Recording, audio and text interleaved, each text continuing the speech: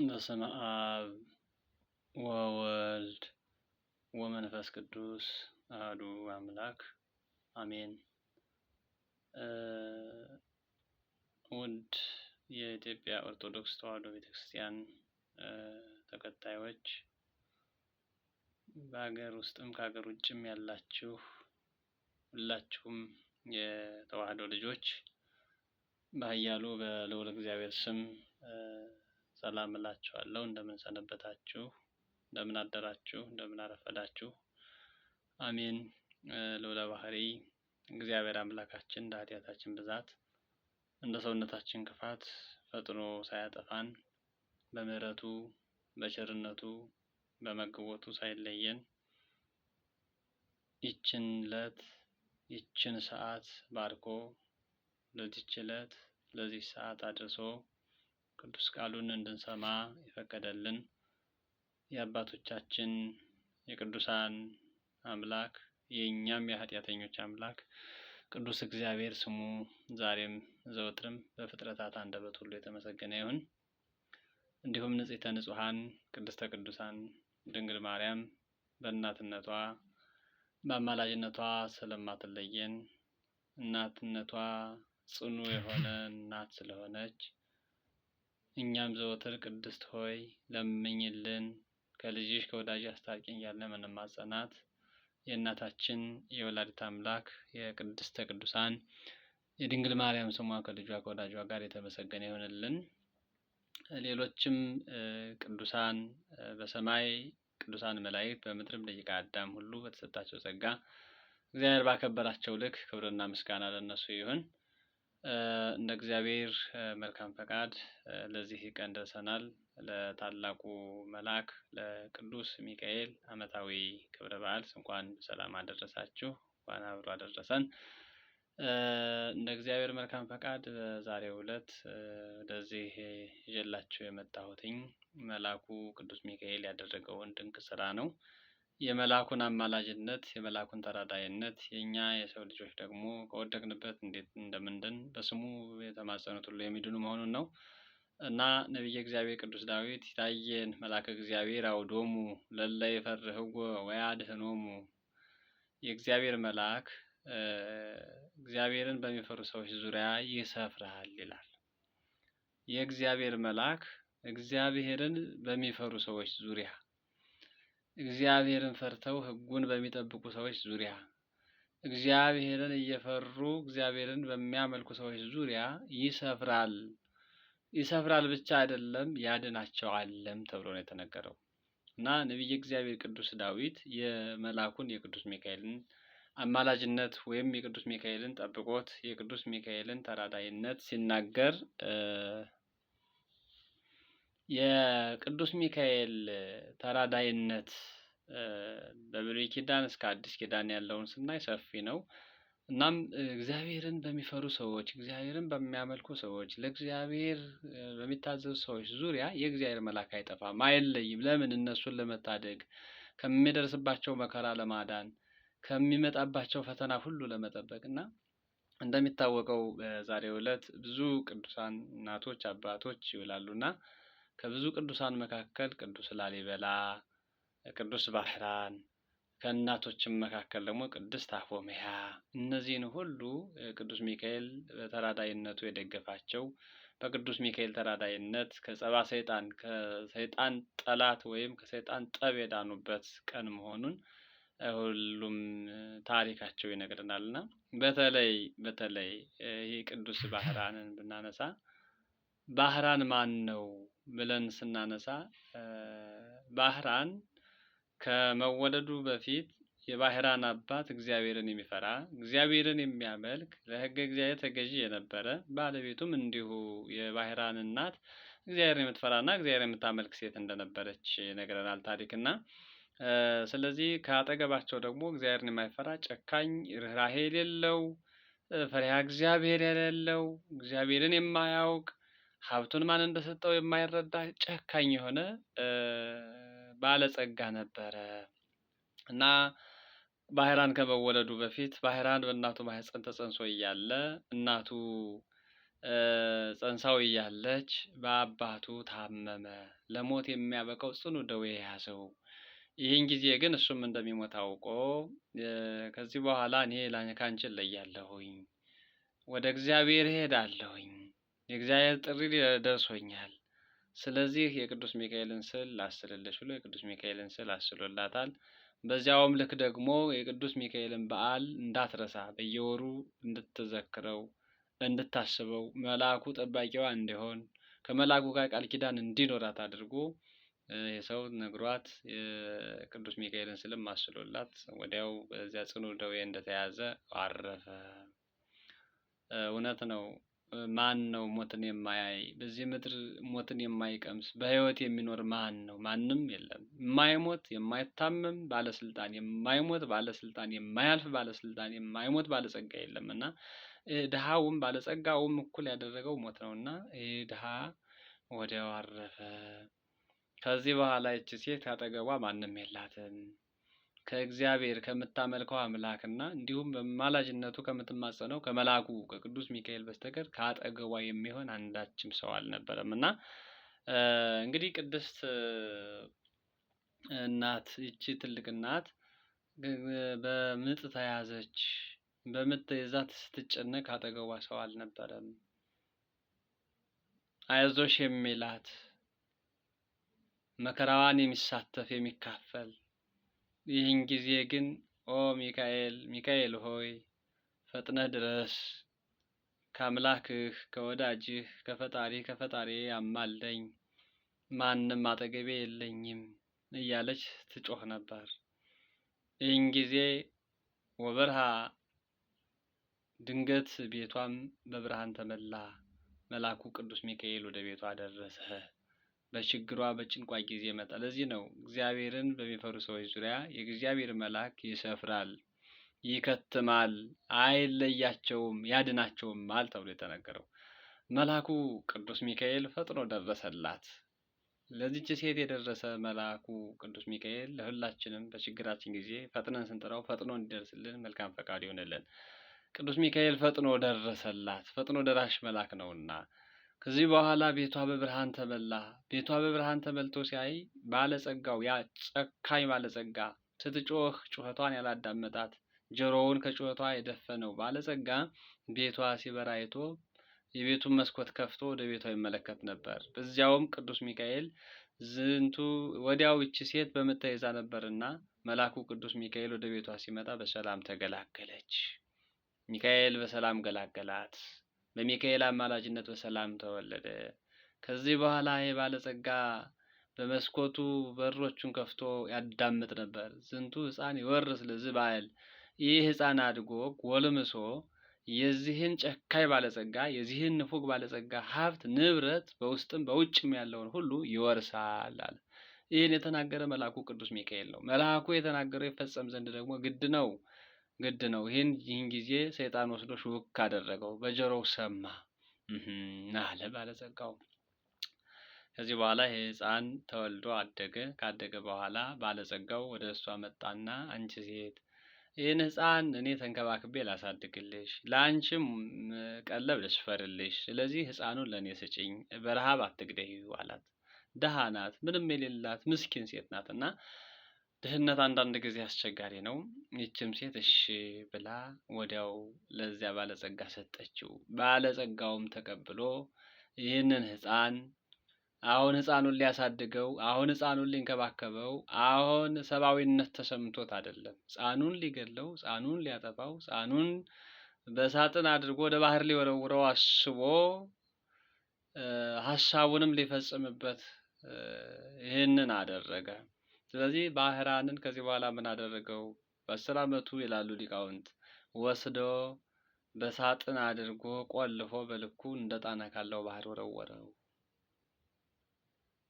እንደ ጣና ካለው ሐይቅ ጣለው።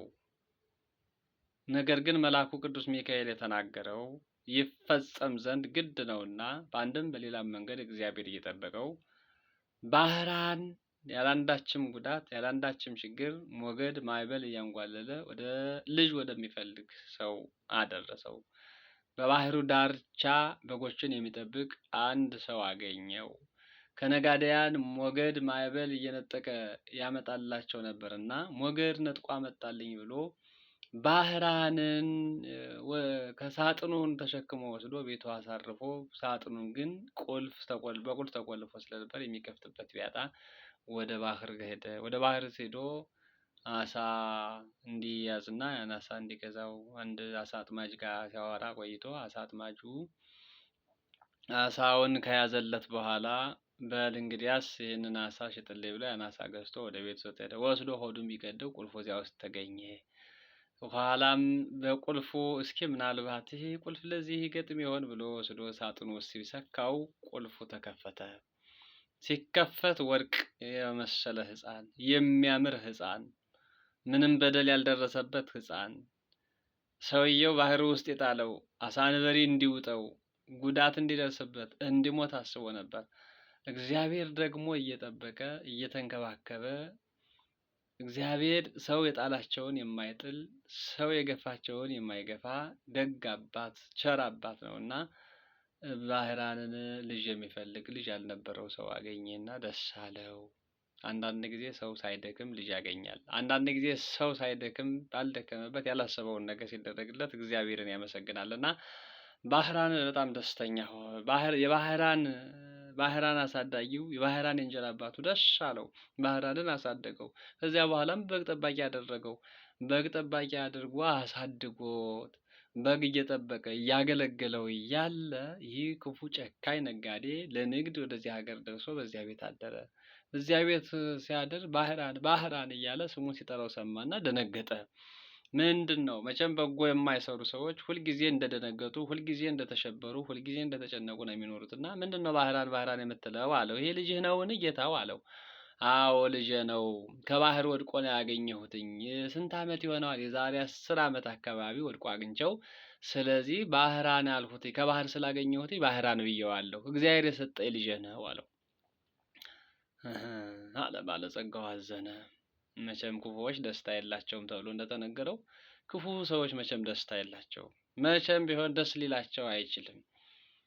ለካ ይህ ሕፃን አለ እኔ አጥፍቼዋለሁ ገድዬዋለሁ ብዬ በዝና እየኖርኩ በሰላም እየኖርኩ ሕፃኑ እስካሁን አለ አለ። ለካ እስካሁን አለ። እንቅልፍ አጥቶ አደረ። ባለጸጎች መቼም እንቅልፍ የላቸው፣ መቼም ሰላም የላቸው። ባህራን ሰላም አጣ። ማን ነው? ይሄ ነጋዴ ሰላም አጥቶ አደረ። እንቅልፍ አጥቶ አደረ። ሲያስብ አደረ። ሲቆፍር አደረ። ምን ላድርግ? ስለዚህ ሲነጋ ይህን ሰው ስጠኝ ብዬ ላስብ ብሎ ባህራንን አሁንም በዚህ እግዚአብሔር ያደረገለትን ድንቅ ታምር ማድነቅ ሲገባው፣ ለንስሐ መዘጋጀት ሲገባው ይሄ ባለጸጋ እንደገና ሁለተኛ ደግሞ ወደ ጥፋት ተመለሰ። ባህራንን ወዲያው እንደደረሰ ግደሉት የሚል ደብዳቤ ጽፎ ለባለቤቱና ወይም ደግሞ ለንብረቱ አዛዥ ለሆነው ደብዳቤውን ጽፎ ባህራን እንደደረሰ ፈጥናችሁ ግደሉት የሚል ደብዳቤ ጽፎ ባለጸጋውን ያንን የባህራንን የእንጀራ አባት የባህራንን አሳዳጊ አንተ ጌታው እባክህን ትልቅ መልእክት ረስቼ መጥቻለሁና ልጅህ ባህራን መልእክት ያድርስልኝ፣ ለአንተም 20 ዲናር ወርቅ እሰጥሃለሁ፣ ለሱም ምግቡ የሚሆን ለጎዳናው ቀለብ የሚሆን እሰጠዋለሁ እና ይላካለው። እሺ ይሆናል። ና ባህራን ልጅ አለው። ባህራን መጣ። አቤት አለ። ና እባክህ ይሄ ትልቅ ሰው ይሄ ክቡር እንግዳ መልእክት ረስቶ መጥቷልና መልእክት አድርስለት አለው። እሺ ብሎ ባህራንም የ10 ቀን ጎዳና የ10 ቀን ተጉዞ 9 ቀን ተጉዞ 1 ቀን ሲቀረው የሞቱን ደብዳቤ ተሸክሞ እንደደረሰ ሳታውሉ ሳታሳድሩ ይህን ሕፃን ግደሉት፣ ከአሁን ቀደም የዛሬ 10 ዓመት ባህር ላይ የጣል ነው ንብረታችሁን ይወርሳል ተብሎ ትንቢት የተነገረው ሕፃን ነውና የተነገረለት ሕፃን ነውና አሁንም በሕይወት አግኝቼዋለሁና በሕይወት ስላገኘሁት አሁን ልኬላችኋለሁ። እንደደረሰ ደብዳቤውን ይዞ ደብዳቤዋን አንብባችሁ ወዲያው ግደሉት የሚል ደብዳቤ ጻፈ። የሰው ልጅ ክፉ ነው። በመጀመሪያው ኃጢአቱ ንስሐ በመግባት ፈንታ ስለ ኃጢአቱ ወደ እግዚአብሔር በመቅረብ ፈንታ እንደገና ሁለተኛ በደል እግዚአብሔር እንዴት እንዳዳነው፣ እግዚአብሔር እንዴት እንደታደገው ይህንን ሳይረዳ ይሄ ባለጸጋ ልቡናው ደንድኖ አሁንም ባህራን እንደደረሰ ወደ እናንተ እንደመጣ ፈጥናችሁ ግደሉት የሚል ደብዳቤ ነው የጻፈው። እግዚአብሔር አምላክ በእውነት ቸር አምላክ ነው። ሰው የጣላቸውን የሚያነሳ ነው። እግዚአብሔር ያነስዎሙ ለእለ ወድቁ፣ እግዚአብሔር ያጠብቦሙ ለዕውራን። እግዚአብሔር የወደቁትን ያነሳል። እግዚአብሔር አይነ ስጋቸው የታወሩትን ልቦናቸውን አይነ ስውሮችን ብሩህ ያደርጋል። እግዚአብሔር የተረሱትን ያስታውሳል እንዳለ ቅዱስ ዳዊት ሰው የጣላቸውን የማይጥል ሰው የረሳቸውን የማይዘነጋ እግዚአብሔር አምላክ ብቻ ነው። ስለዚህ ይህንን ሕፃን እንደደረሰ ግደሉት የሚል ደብዳቤ ባህራንም በየዋህነቱ የሞቱን ደብዳቤ ተሸክሞ ወዲያው እንደደረሰ ግደሉት የሚለውን ተሸክሞ ወደሚሞትበት ይዋዛል። የዋህ ስለነበረ የዋህነቱ ቅንነቱ ደግሞ ባህራንን አልጎዳውም። የዋህነቱ መንገድ ላይ ደብዳቤውን ከፍቼ ልየው ሳይል ደብዳቤውን ተሸክሞ በታማኝነት በቅንነት ያገለገሉት እግዚአብሔር አሳልፎ አይሰጥምና ባህራን በደስታ ደስ ብሎት ለትልቅ ሰው መልእክት ይዤ ሄድኩ ብሎ ሲጓዝ የእግዚአብሔር መልአክ በአምሳለ ሐራ ንጉሥ በንጉሥ አምሳል ተመስሎ ሰራዊቱን አስከትሎ ብዙ ወታደር ያለው ንጉሥ መስሎ ጎዳና ላይ ያገኘው። አንተ ወጣት፣ አንተ ጎልማሳ ወዴት ትሄዳለህ? የያዝከው ምንድን ነው አለው። አንድ ታላቅ ሰው ልኮኝ መልእክት ላድረስ እየሄድኩ ነው አለው። እስኪ እሱ መልእክቱን ስጠኝ። አይ በፍጹም አልሰጥህም አለ። ለምንድን ነው የማትሰጠኝ? ለማንም እንዳታሳይ ብሎኛል ጌታዬ። ለማንም ሳታሳይ ወስደህ ለታዘዝከው አድርስ ነው የተባልሁ አለና በታማኝነት እምቢ አለ። ኧረ ግድ የለህም አለው። በልሽ እጅህን ዘርግተህ አሳየኝ ብቻ ሳትገልጽ አለው። ቅዱስ ሚካኤል እጁን ዘርግቶ ባህራን ሲያሳየው ወደ ምሰሰ ውእተ ክርታሰ ወነፋ፣ ያን ጊዜ ቅዱስ ሚካኤል ክርታሱ ነፍ አለበት።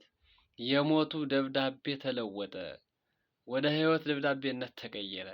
ወዲያው እንደደረሰ ግደሉት የሚለው ወዲያው እንደደረሰ ዋስተዋሰብ ወለወለቴ ተቀዳሚ ተከታይ የሌላት ልጅን አጋቡት፣ እኔ ዘገያለሁ፣ ዋነሄ ጎነዲ፣ እኔ ጥቂት ዘገያለሁ፣ ተሎ ላልመጣ እችላለሁ።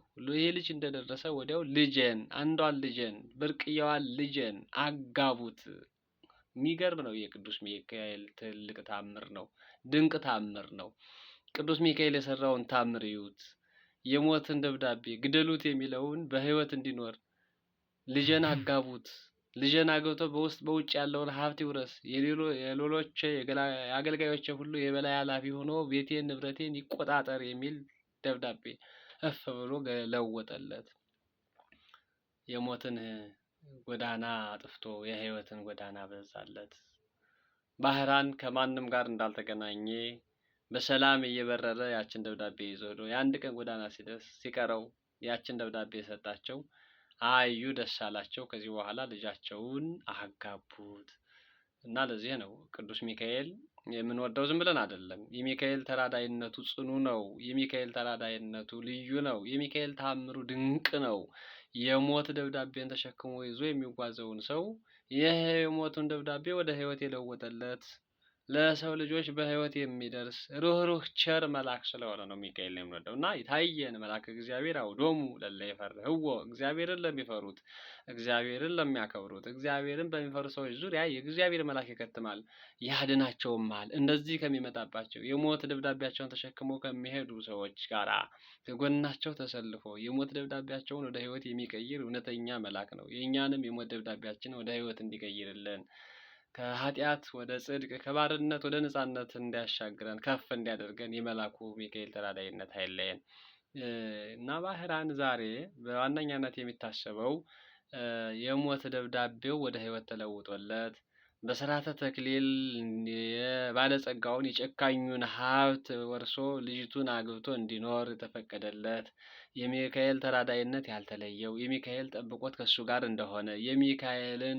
ድንቅ ታምር የምንመሰክርበት ዕለት ነው እና ባህራን ከዚህም የተነሳ ባለጸጋውን ልጅ አግብቶ 40 ቀን ትልቅ ደስታ ሆኖ ሲበሉ፣ ሲጠጡ፣ ሲዘፍኑ፣ ሲያጨበጭቡ ትልቅ ድግስ ተደግሶ በዚህም ደስተኞች ሆነው ስለዚህ ቅዱስ ሚካኤል በዛሬው ዕለት ባህራንን የታደገበት ዕለት ነው። የባህራንን ሞት ወደ ሕይወት የለወጠበት ዕለት ነው። የሁላችንንም ሞት ወደ ሕይወት ይለውጥልን። እውነት ቅዱስ ሚካኤል እግዚአብሔርን በሚፈሩ ሰዎች ዙሪያ ይሰፍራል ያድናቸውማል ተብሎ የተነገረ ለዚህ ነው። ስለዚህ ቅዱስ ሚካኤል ሕይወቱን ለወጠለት፣ ሕይወቱን ቀየረለት፣ ሕይወቱን አደሰለት። ዛሬ የሞት ደብዳቤ የተደመሰሰበት ዕለት ነው። የሞት ደብዳቤ የተቀደደበት ዕለት ነው። የባህራንን የሞት ደብዳቤ የቀደደ የእኛንም የሞት ደብዳቤያችን ይቅደድልን፣ የዘላለም ሕይወታችንን ያጽናልን። በዚህ ልክ ነው እና ቅዱስ ባህራን ከዚህ በኋላ ልጁን አግብቶ 40 ቀን ሲበሉ ሲጠጡ ድግስ ተደግሶ በዚህን ጊዜ ባለጸጋው ሲመለስ ልጁ ሙቶ ይሆናል ብሎ አስቦ ነበር እና የእንዚራውን፣ የከበሮውን፣ የዋሽንቱን፣ የዘፈኑን ድምፅ ሰማ በርቀት እና ይሄ ምንድን ነው የምሰማው አለ። ይሄማ ያንተ መልእክት ደርሶ ያ የላከው ወጣት ያንተን ልጅ አግብቶ ይኸው ተደግሶለት በዘፈን በዋሽንት በከበሮ በድምቀት ተከብሮ ያው ጫጉላ ቤት ላይ ነው ያሉ አለው። ይህን ጊዜ ባለጸጋው ደነገጠ። ከመርከብ ከበቅሎ ላይ ወድቆ ተሰብሮ እንዳልሆነ ሆኖ ሞተ ነው። የክፉዎች ሰዎች ሕይወት ይሄ ነው መጨረሻቸው። ክፉዎች በምድርም አይደሰቱም፣ በሰማይም ደስታ የላቸውም። አልቦሙ ረሲያን አልቦሙ ፍስሐ ለረሲያን፣ ለባለጸጎች ወይም ለክፉዎች እግዚአብሔርን ለዘነጉ ሰዎች ደስታ የላቸውም ብሎ የተነገረ ለዚህ ነው። ከዚህ በኋላም ደግሞ ባለቤቱ ደግሞ ቆጥ ላይ ወጣ እንጀራ ልታወርድ ይላሉ ሊቃውንተ ቤተክርስቲያን እና ላይ እንደወጣች የባሏን መሞት ሰምታ ደንግጣ ወድቃ እሷም ተሰብራ ሞተች።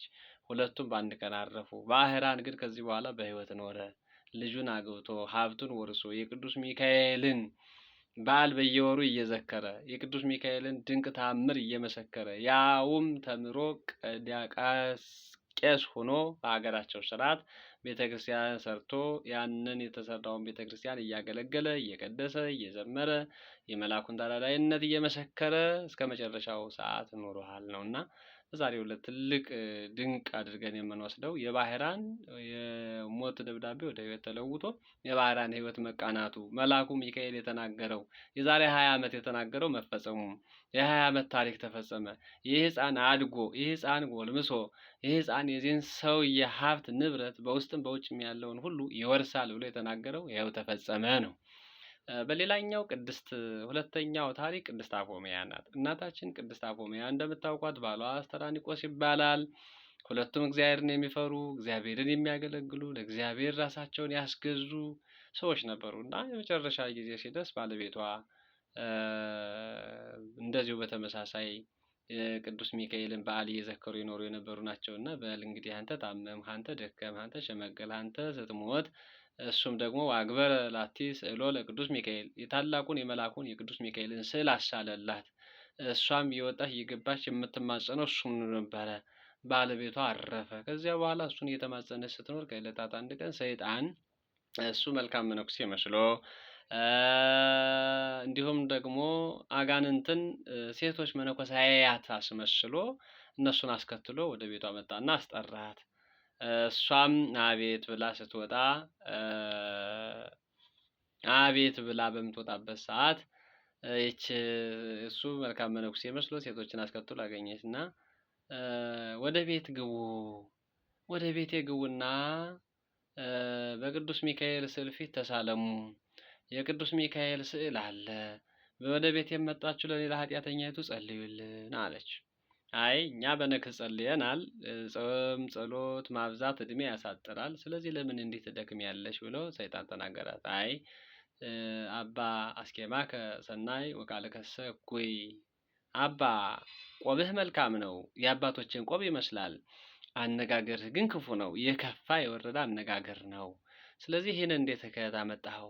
ጾም ጸሎት እድሜ ያረዝማል፣ ምጽዋት ከእግዚአብሔር ጋር ያገናኛል፣ ኃጢአትን ይደመስሳል። አትጹሙ አትጸልዩ የሚል መልእክት ይሄ እንዲህ አይነቱን መልእክት የታገኘው የታመጣኸው ብላ በዚህን ቀን ሰይጣንን አሳፍረዋለች እና በዛሬ ሰኔ 12 መጥቻ አጠፋሻለሁ ብሎ የቅዱስ ሚካኤልን ስልታሳየው ሩጦ ፈርቶ ተጨንቆ እንጦርጦስ ገብቶ ነበር። ሰኔ 12 እንደገና ተመልሶ መጣ። ስገጂልኝ አላት። ማነህ አለችው። እኔማ መልአኩ ሚካኤል ነው ያስሁት ዲያብሎስ አጠፋሻለሁ ሲል ይሄ ነጋዴነቱን ይዩት። ለሊሁ ሰይጣን ይትመሰል ከመላከ ብርሃን ራሱ ሰይጣን የእግዚአብሔር መልአክ መስሎ ይመጣል። አንዳንድ ጊዜ ሰይጣን አባቶችን መስሎ ይመጣል። አንዳንድ ጊዜ ሰይጣን ባይታዊ መስሎ ይመጣል። አንዳንድ ጊዜ ሰይጣን መልአክ የእግዚአብሔር መልአክ ብርሃናዊ መልአክ መስሎ ይመጣልና የመጣውን ሁሉ ማመን ተገቢ አይደለም። ማስመሰልን ስለሚችልበት መሆን ባይችል እንኳን የእግዚአብሔር መልአክ መስሎ መጣና እኔ መልአኩ ሚካኤል ነው ያለችው። የመልአኩ ሚካኤል ከሆንክ እስኪ የታለ ማይተምህ የታለ መታወቂያ አለችው። የእግዚአብሔር መልእክተኞች መታወቂያ አላቸው፣ ማህተም አላቸው እና ማህተምህን ምልክትን አሳየኝ አለችው። የአንድ ንጉሥ መልእክተኛ ሲላክ መታወቂያ አለው፣ ማህተም አለው። የንጉሱ መልእክተኛ ለመሆን አንተም የንጉሥ የሰማያዊው የክርስቶስ መልእክተኛ ከሆን በል እስኪ ማህተምህን አሳየኝ፣ ቆይ የቅዱስ ሚካኤልን ስላውጣለህ አለችው። ይህን ጊዜ የመልአኩ ሚካኤልን ስዕሉን ልታወጣ ስትል ዘሎ ንቅ አደረጋት። ያ የታመነችበት የተማጸነችው መልአክ ቅዱስ ሚካኤል ደርሶ ዲያብሎስን ረግጦ እንጦርጦስ ጥሎ፣ ዲያብሎስም ደግሞ እንግዲህ ስምህ በተጠራበት አልደርስም፣ ስዕልህ ባለበት አልደርስም፣ እባክህ ተወኝ፣ ያለ ጊዜ አታጥፋኝ እያለ ወደ እንጦርጦስ ወረደ። ይቺ ሴትም በዚህ ቀን መልአኩ ቅዱስ ሚካኤል ታድጓታል። ባጭሩ ሰፊ ነው ታሪኩ። አለፍ አለፍ አድርጌ ነው የነገርኋቸው ያለሁት። ሙሉ ታሪኩን በሚቀጥለው እንመጣለን። ከዚህ በኋላ ወደ እንጦርጦስ አወርዶ ጣለው። ሚካኤል ኦ ሚካኤል ያለ ጊዜ አታጥፋኝ፣ ሚካኤል ሆይ እግዚአብሔር የሰጠኝን ጊዜ ልጠቀምበት እያለ ያንተ ስምህ በሚጠራበት ድርሳንህ በሚነበብበት ስዕል አድኖህ ባለበት አልደርስም ብሎ ምሎለታል ማለት ነው። እና የሚካኤልን ድርሳን የምናነበው ለዚያ ነው። ዲያብሎስን ለማሸሽ ዲያብሎስን ለማረቅ ሚካኤል በረድኤቱ በአማላጅነቱ እንዲጎበኘን ነውና አሁንም የሚካኤል ተራዳይነቱ በረከቱ ረድኤቱ በሁላችን ላይ ይደር። አማላጅነቱ አይለየን። ተራዳይነቱ ልክ ቅድስት አፎምያን እንደታደገ እኛንም ከሰይጣን ጠላት ያድነን ዘንድ መልካም ፈቃዱ ይሁንልን። መልአኩ ቅዱስ ሚካኤል እሷን እንዲህ አድርጎ አቤቱ አስቀምጧታል። ከዚያ በኋላ እሷም ወደ ቤተ መቅደስ ሂዳ በዛሬው ዕለት ሥጋውን ደሙን ተቀብላ ጳጳሳቱን፣ ዲያቆናቱን፣ ካህናቱን ወደ ቤታቸው ለግብዣ ጠርታቸዋለች። ወደ ቤታ ጠርታ ያላትን ጳጳሱን በወርቅ ወንበር፣ ካህናትን እንደ ደረጃቸው በብር ወንበር፣ ከዲያቆናትንም እንደየደረጃቸው አስቀምጣ መግባ ስታበቃ ያላትን ብር ሁሉ ይሄንን በአንተ በኩል መጽውትልኝ ብላ ሊቀ ጳጳሱ ገንዘቧን ሰጠች። እሱም ከዚህ በኋላ እረፍትሽ ደርሷል፣ ሥጋው ደሙን ተቀበይ ተዘጋጂ ብሏታል እና በዛሬው ዕለት ያው ድንቅ ስራ ሰርቷል መልአኩ ሚካኤል እና ለዚህ ነው እግዚአብሔር መልአክ እግዚአብሔርን በሚፈሩ ሰዎች ዙሪያ ይሰፍራል፣ ይከትማል፣ ያድናቸውማል ነው። ሌላኛው የቅዱስ ላሊበላ ዓመታዊ እረፍት መታሰቢያ ነው። ያም ይነገራል። እንዳጠቃላይ ልደቱም እንደሚታወቀው ይነገራል። ልደቱ ነው የሚነገረው እና ቅዱስ ላሊበላም ታሪኩ ይታሰባል።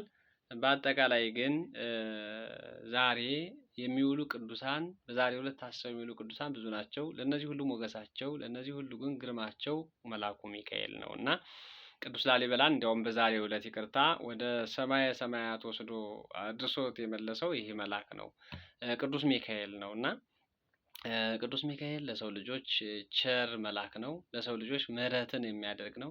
ምሕረትን የሚለምን ነው። ምሕረትን ከእግዚአብሔር ጋር እየለመነ የሚያሰጥ ነው። ወደ ፈጣሪው የሰው ልጆች ጭንቀት ወደ ፈጣሪ የሚያደርስ የሰው ልጆች ጩኸት ወደ ፈጣሪ እያደረሰ የሰው ልጆች ጩኸት የሚያስታግስ ነውና የባህራንን የሞት ደብዳቤ የለወጠበት የቅድስት አፎምያን ከዲያብሎስ ጥላቻ ያዳነበት ትልቅ ክቡር ቀን ነው። የከበረ በዓል ነውና ከዕለቱም ከበዓሉም ረድኤት በረከት ያሳትፈን። የመልአኩ የቅዱስ ሚካኤል ተራዳኢነቱ አይለየን።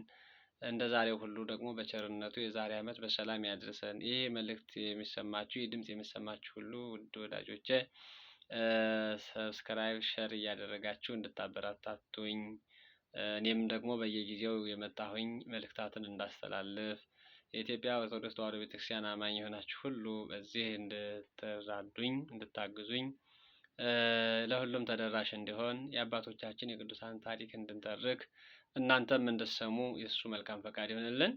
በአጠቃላይ የእኛ የኢትዮጵያ ኦርቶዶክስ ተዋሕዶ ቤተክርስቲያን እንዲህ አይነት ሰራዊት ያሏት እግዚአብሔር አምላክ ሰራዊቶቹ ታማኝ ናቸው። እግዚአብሔር አገልጋዮችን እውነተኞችን የሚጠብቁ ኃጢአተኞችን ደግሞ አስተምረው የማይመለሱ ከሆነ የሚቀስፉ ነው።